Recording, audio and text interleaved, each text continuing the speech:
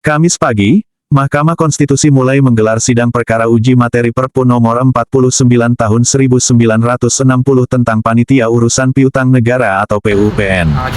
Uji materi undang-undang tersebut menyangkut pasal 4 ayat 3, junto pasal 6, pasal 8, pasal 9 ayat 1, dan ayat 2, serta pasal 11. Uji materi diajukan oleh Andri Teja Dharma yang dikenal sebagai pemegang saham Bank Centris Internasional, melalui kuasa hukumnya Vincentius Mendrova. Berikut adalah wawancara dengan Vincentius Mendrova usai persidangan yang digelar pagi tadi.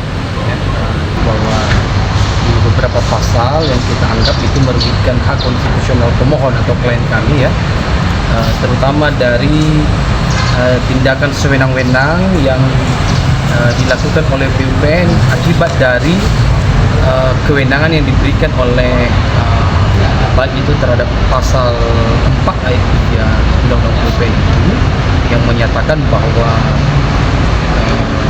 apabila menurut pendapatnya sudah cukup alasan mengurus tersebut, maka PUPN bisa mengurus piutang-piutang negara itu. Jadi berkaitan dengan hanya didasarkan pada pendapatnya itulah yang kemudian kita uraikan sebetulnya di permohonan kita ya.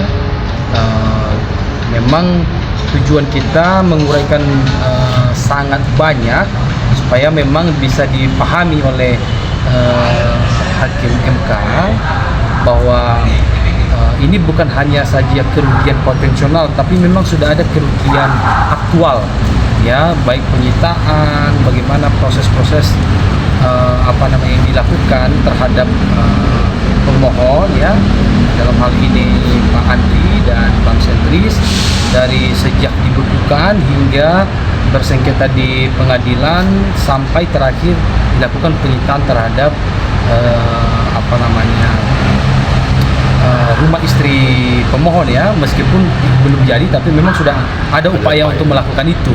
Nah itu kan yang memang kita mau sampaikan, makanya agak kronologisnya itu kedukanya agak panjang memang. Ya kalau nggak panjang memang susah juga memahami itu gitu. Nah cuman bagus juga sudah dipahami oleh hakim dan mereka butuhkan supaya lebih diringkas karena mereka saya yakin sudah paham dengan penjelasan yang panjang itu, dan supaya lebih efektif dipahami banyak orang mungkin harapannya, jadi dibuat lebih singkat gitu. Ya memang kami coba nanti singkat ya, tapi kalau menurut kami memang nggak bisa juga disingkat ya, tetap kami ini karena nasihat itu tidak bersifat wajib gitu, karena bagi kami juga harus menguraikan itu yang memang dianggap itu adalah kronologis yang faktual gitu. Jadi tapi apa tadi yang disampaikan oleh majelis, kami mencoba nanti apa saja yang coba kita buang di beberapa kronologis itu, karena kronologis itu ya kronologis fakta gitu. Bahkan sebetulnya kami sudah ringkas lagi itu. Jadi kalau nggak ringkas lagi itu makin tebal lagi gitu loh. Jadi itu pun kami ringkas karena memang kan kasus ini kan complicated ya gitu. Jadi kita ringkas salah, kita juga uraikan panjang juga, takutnya tidak dipahami banyak orang gitu. Nah ini atas saran itu kami coba memformulasikan mana saja yang nanti coba kami persingkat untuk mempermudah tanpa mengurangi substansi pesan gitu. Kalau di permohonan kita secara substansi struktur permohonan sudah sesuai ya. Cuman diharapkan di dalam pengujian itu mungkin diperkuat lagi argumentasinya, kira-kira begitu. Dan memang ada kesalahan typo di beberapa halaman ada, misalnya para pihak pasal 28D harusnya, tapi ada di beberapa poin kesalahan typo. Itu juga tadi disinggung oleh majelis. Itu kan tidak terlalu substansi ya, tapi memang kami setelah ini di halaman depan ada, itu tadi juga disinggung oleh Pak Daniel bahwa di halaman depan sudah benar, tapi ada beberapa halaman yang kesalahan typo. Jadi itu kita diminta untuk menyesuaikan sesuai dengan halaman pertama ini. Berarti bukan kesalahan substansi ya? Tidak substansi, tidak Typo, salah teknik, typo aja. Kalau secara substansi mereka hanya minta ya gini, kan kami harus menguraikan banyak hal. Tapi hakim meminta itu dipersingkat gitu.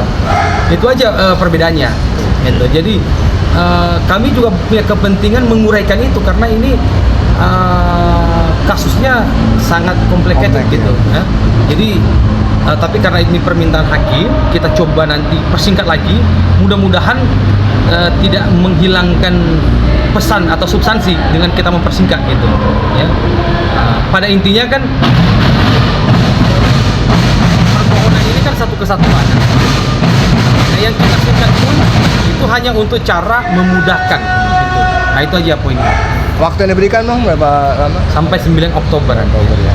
Itu perbaikan ya. Perbaikan. Itu nanti sidangnya offline lagi atau Nanti kita serahkan di sini. Nanti selanjutnya akan disampaikan ke kita sidangnya. Itu batas kita serahkan ya. Bang, dampaknya kalau ini dikabulkan oleh MK apa Bang? Hah? Dampak yang secara ininya untuk kalau ini Yang dikabulkan pertama begini,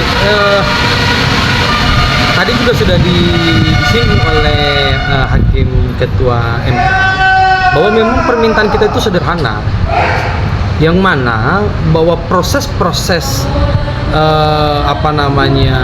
penetapan seseorang ditetapkan sebagai penanggung hutang, berapa piutang negara dan bagaimana pelaksanaan eksekusinya, kita hanya minta satu hal saja, semua itu harus melalui proses putusan pengadilan. Kenapa? Karena supaya ada due process of law di sana. Ada ruang bagi setiap warga negara itu yang dituduhkan bahwa dia adalah penanggung hutang, dia ada ruang untuk membela diri. Itu tujuan kita gitu. Ya. Karena yang terjadi selama ini bahwa ruang itu kan tidak ada. Bahkan sebelum PUPN menggunakan rujukan putusan MA, itu juga dia tetap melaksanakan, bahkan dia Bikin surat sendiri. menetapkan pemohon ini sebagai penanggung hutang bukan karena berdasarkan putusan MA yang kita anggap palsu itu ya, bahkan itu bukan berdasarkan itu. Artinya apa? Bahwa harapan kita dengan dikabulkan nanti ini, bahwa PUPN dalam melaksanakan tugas dan fungsinya harus betul-betul bersifat pasti menurut hukum. Ya, jadi tidak lagi ada perdebatan antara yang dituduhkan dengan yang menuduh, gitu kan? Kita kan anggap pemerintah kan dengan menetapkan ini kan berarti kan menuduh. Si orang yang ditetapkan sebagai penanggung kan tertuduh. Nah, kalau pada prinsipnya diterima tidak ada persoalan. Tapi kan prinsipnya ini kalau di kasus pemohon ini dia tidak menerima tuduhan itu.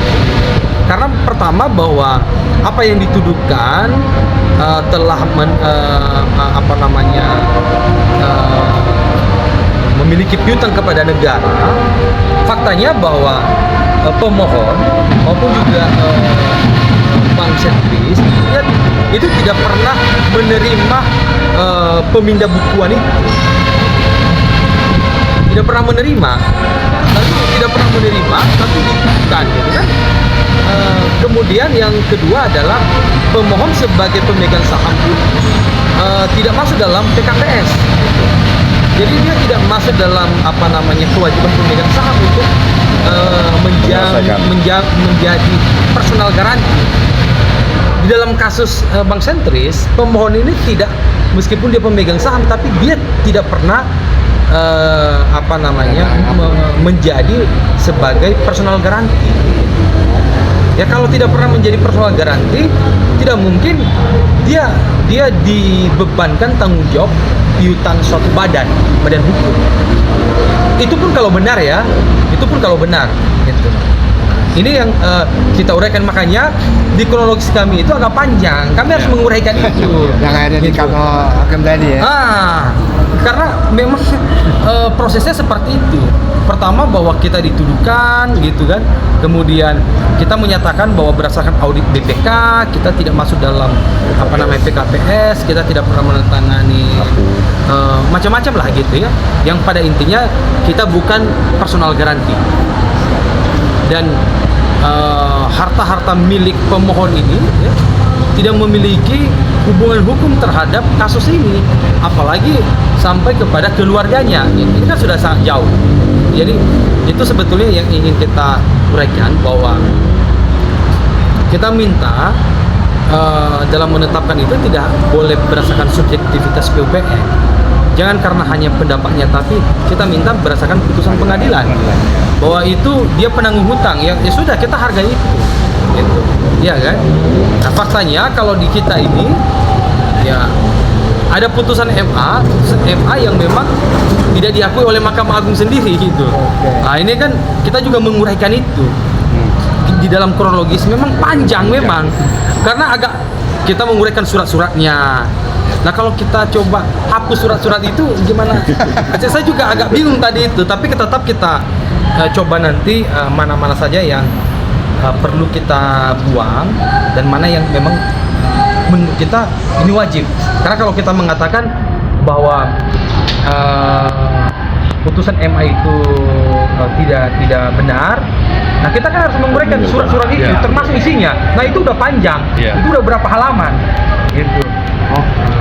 Itu problemnya di situ. Ya. Apakah otomatis ketika ini dikabulkan oleh MA bahwa proses yang sedang tadi dilakukan oleh PUPN akan batal dengan sendirinya atau seperti apa, Pak? Gini, sebetulnya tadi di petitum kami sangat paham betul bahwa Hakim MK berwenang sebatas pada pengujian undang-undang. Kami paham, tapi kami juga meminta dalam petitum bahwa pelaksanaan baik penetapan penanggung hutang, penetapan piutang negara, kemudian penyitaan yang dilakukan dengan menggunakan undang-undang ini, kami minta bahwa itu tidak sah. Pada prinsipnya kami sadar bahwa itu secara struktur kewenangan itu tidak ada dalam PMK yang ada, tapi bagi kami tidak salah kami ajukan itu. Ya, kita tahu MK ini selalu memberikan terobosan. Itu dasar pemikirannya. MK ini dalam putusan-putusannya sangat progresif gitu ya. Nah, kita berharap dengan melihat kondisi fakta kronologis ya, nah bisa saja hakim MK kemudian bisa mempertimbangkan dengan putusan yang progresif, bisa keluar dari kewenangan-kewenangan. Karena kalau kita lihat banyak kewenangan MK itu yang putusan-putusannya bahkan melebihi kewenangannya. Banyak itu. Pernah terjadi ya? Itu terjadi, itu banyak yang putusan Pilpres kemarin yang banyak putusan 90, bahkan soal RU itu juga, RU Pilkada kemarin kan juga salah satu yang banyak dikritisi gitu. Nah, itu kan sesuatu hal yang terobosan-terobosan putusan MK. Nah, kami berpendapat bahwa kami mencoba menselipkan itu dengan harapan bahwa MK bisa saja membuat satu putusan yang progresif, kira-kira begitu. Oke. Terima kasih.